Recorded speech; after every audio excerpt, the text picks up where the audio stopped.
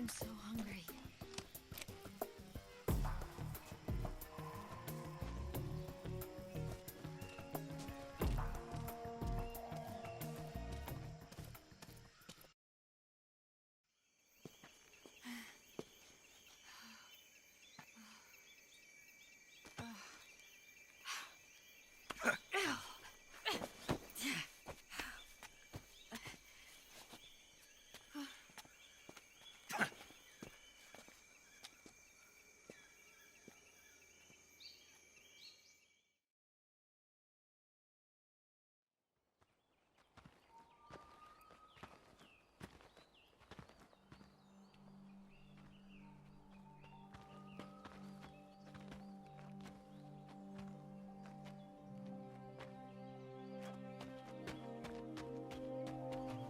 Come on, Snake.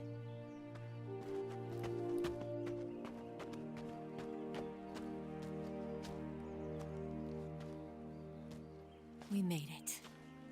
We made it.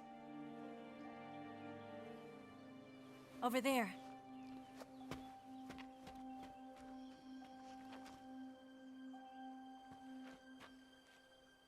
It's the boss, isn't it? I'll go get the wig ready to take off. Right. I'll leave you two alone. But come back in one piece, okay?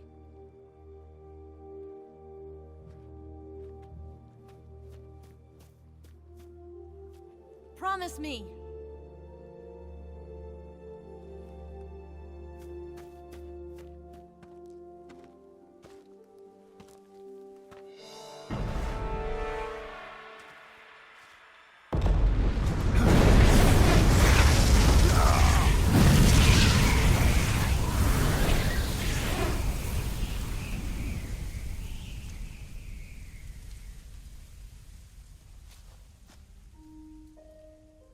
Life's end. Isn't it beautiful? It's almost tragic. When life ends, it gives off a final lingering aroma. Light is but a farewell gift from the darkness to those on their way to die.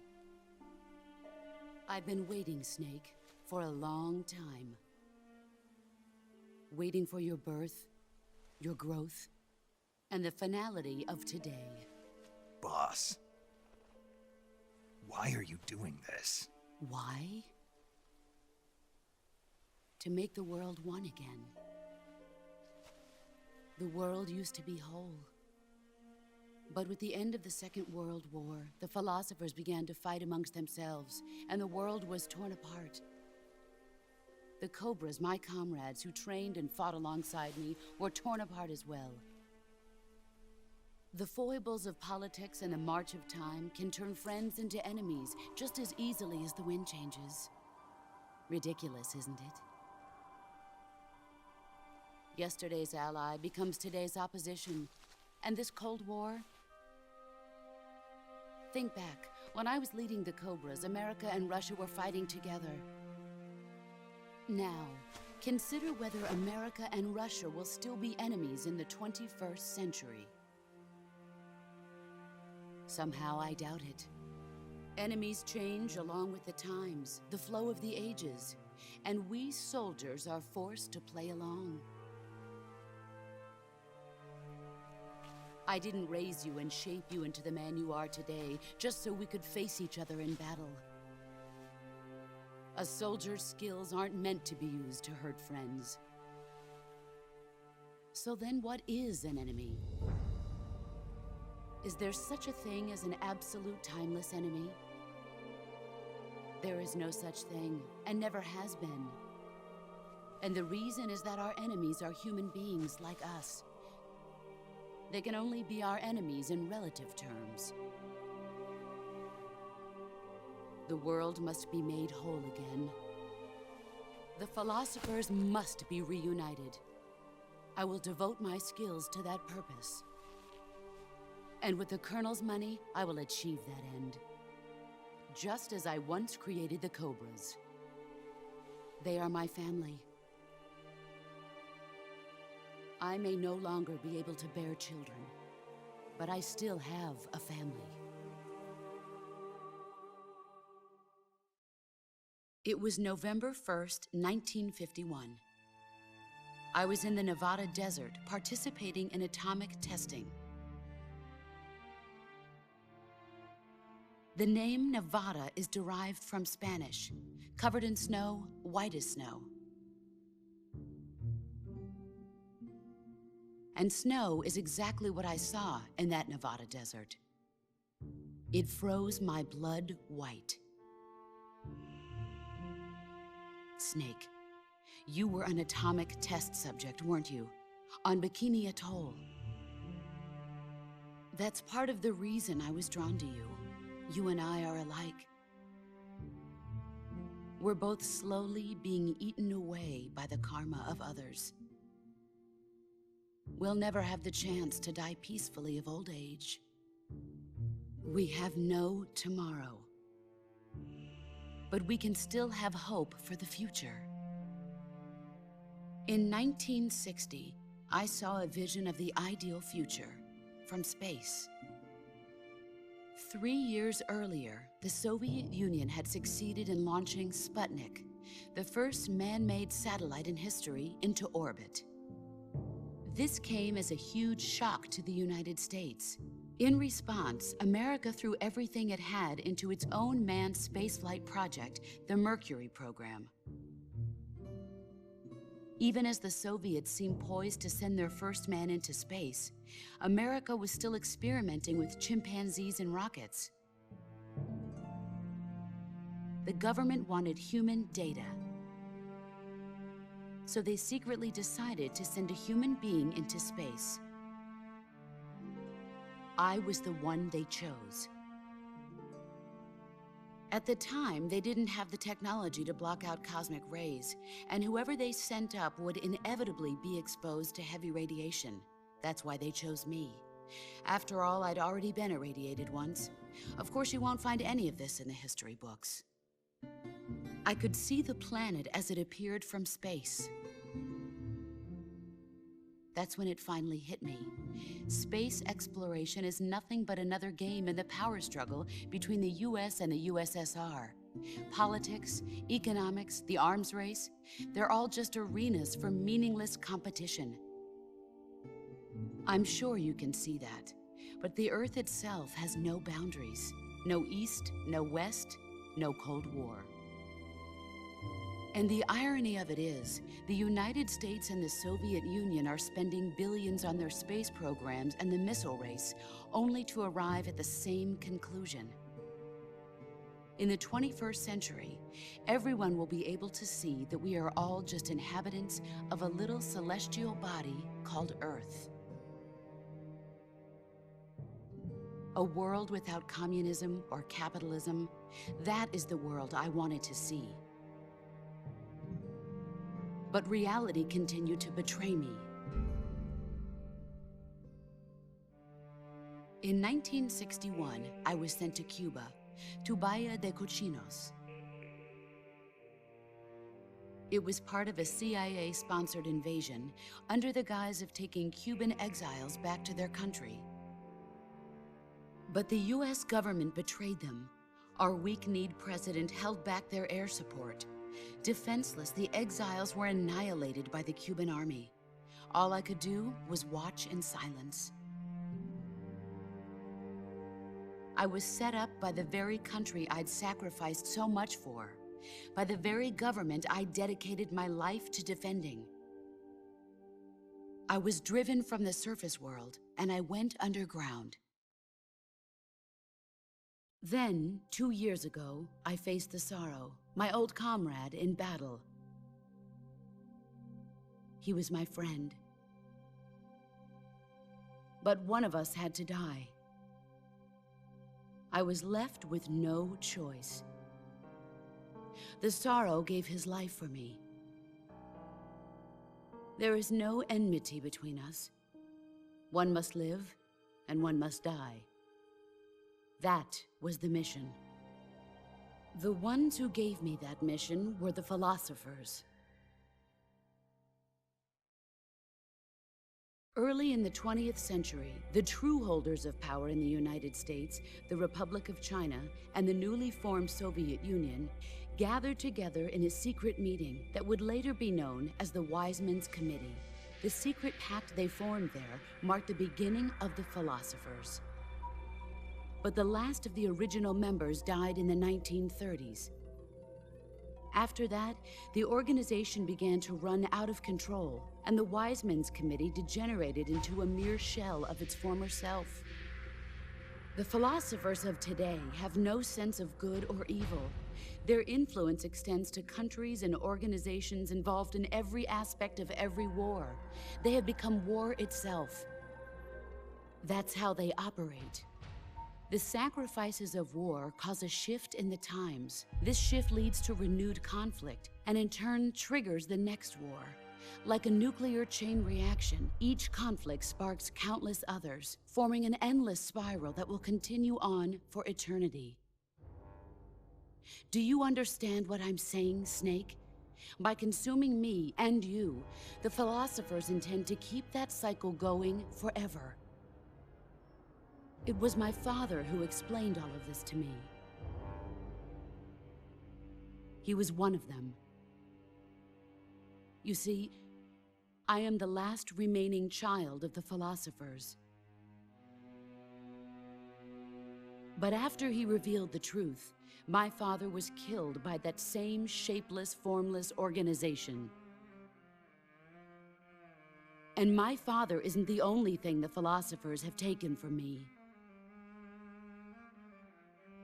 In June of 1944, the Cobras and I took part in the landing at Normandy.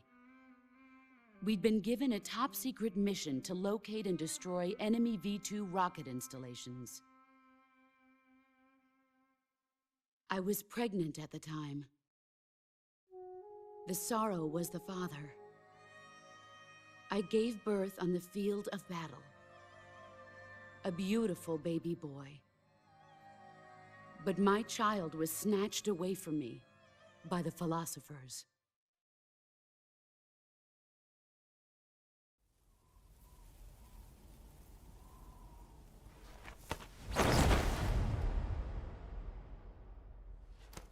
Look at this scar. This is proof that I was once a mother. I gave up my body and my child for my country. There is nothing left inside me now. Nothing at all. No hatred, not even regret. And yet sometimes at night, I can still feel the pain creeping up inside me, slithering through my body like a snake.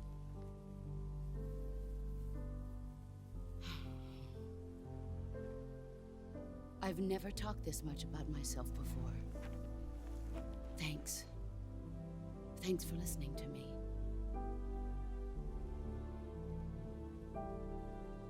I feel content. Snake, commence the operation. I raised you. I loved you. I've given you weapons, taught you techniques, endowed you with knowledge. There is nothing more for me to give you. All that's left for you to take is my life, by your own hand. One must die, and one must live. No victory, no defeat. The survivor will carry on the fight. It is our destiny. The one who survives will inherit the title of boss. And the one who inherits the title of boss will face an existence of endless battle. I'll give you 10 minutes. In 10 minutes, MiGs will come and bomb the hell out of this place. If you can beat me in less than 10 minutes, you'll be able to escape in time. Let's make this the greatest 10 minutes of our lives, Jack. Boss. You're a soldier. Finish your mission. Prove your loyalty. Face me. I come.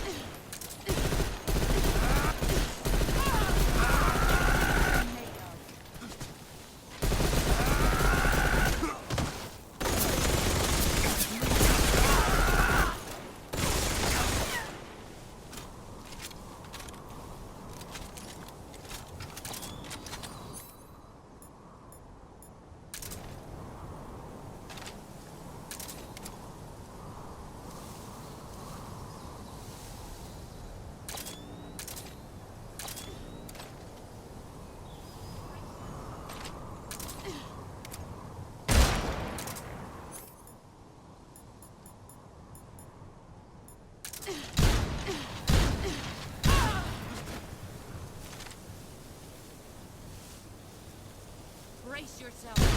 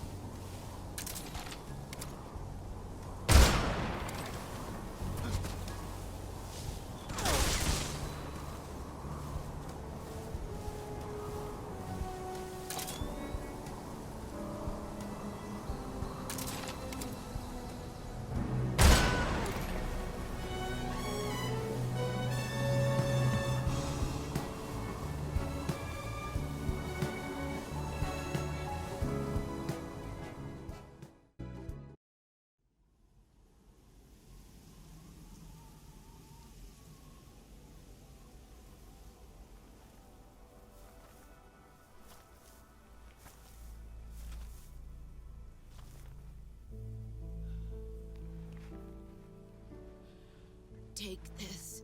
Keep it safe.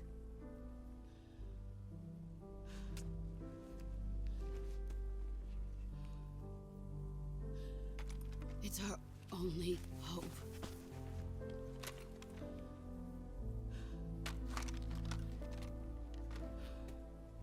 A patriot? Why are you giving me this? Jack. Or should I say, Snake? You're a wonderful man. Kill me. Kill me now. Do it.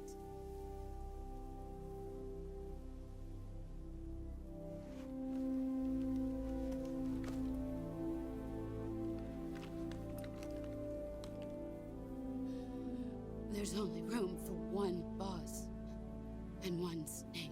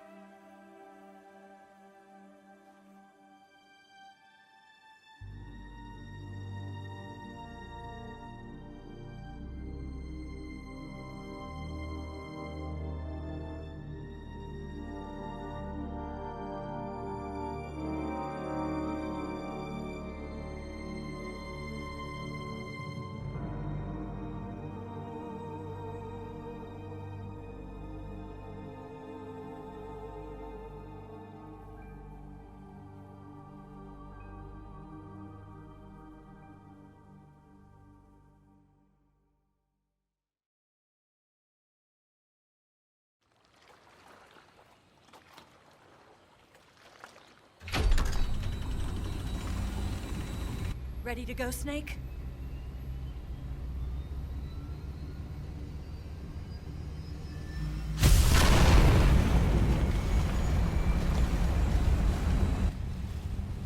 Are you okay?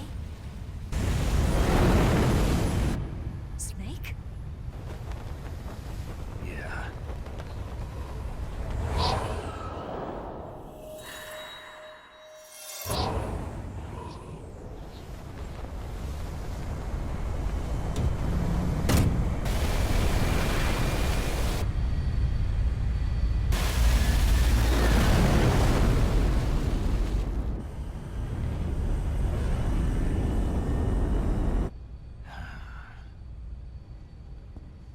I told you you could trust me.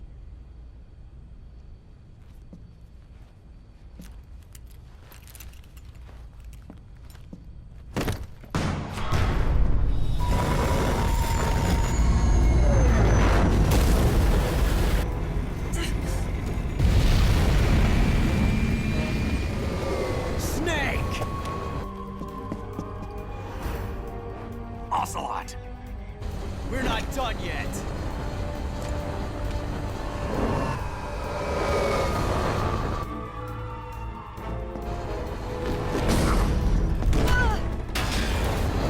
Damn!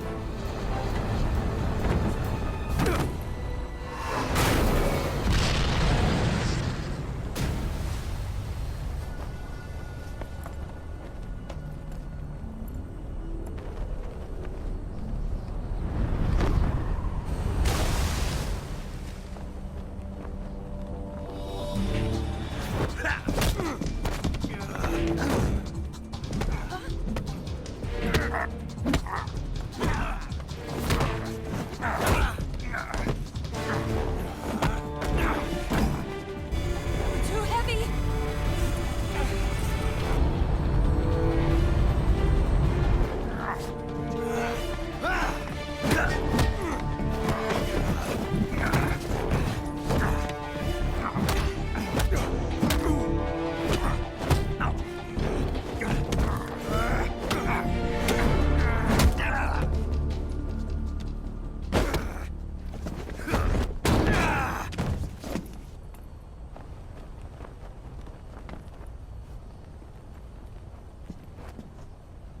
Snake, try to remember some of the basics of CQC.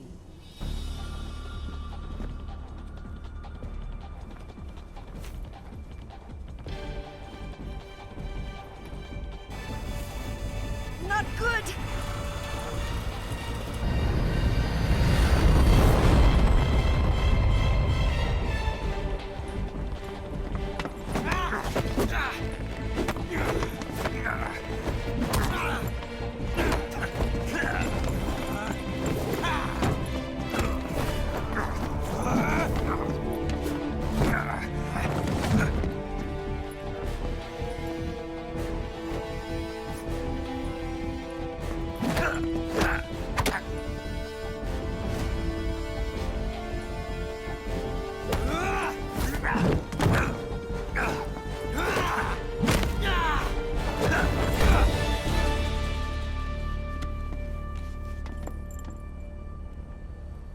I picked up a few new moves.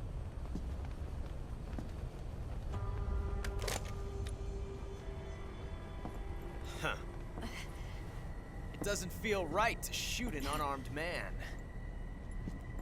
But I'll get over it. Eva!